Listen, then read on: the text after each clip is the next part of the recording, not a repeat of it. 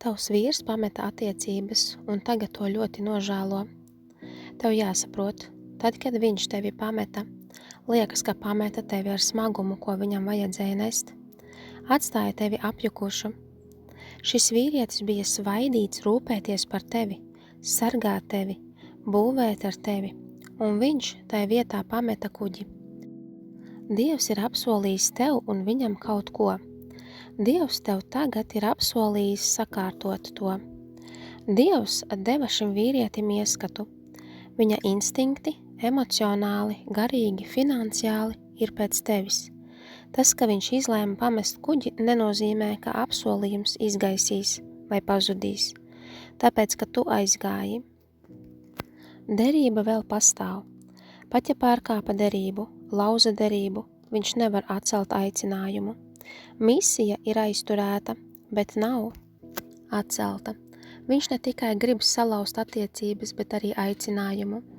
Viņš nožēlo, ir apjukums. Viņš runās no asarām par to, ka aizgāja no tā, kas svēts.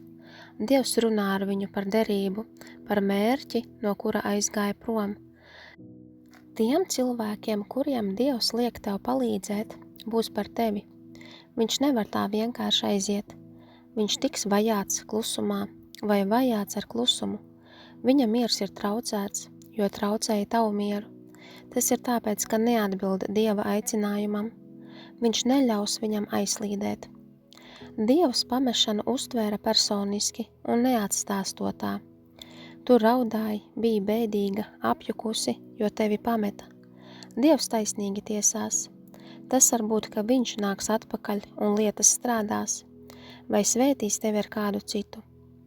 Tā sausā mute, kas nevēlas runāt, atzīsies par to laiku, kad bija bez tevis, jo Dievs ir tuvs salauztai sirdī.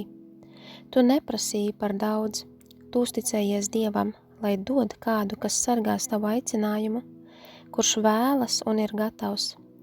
Ja jūti smagumu, viņš to arī jūt.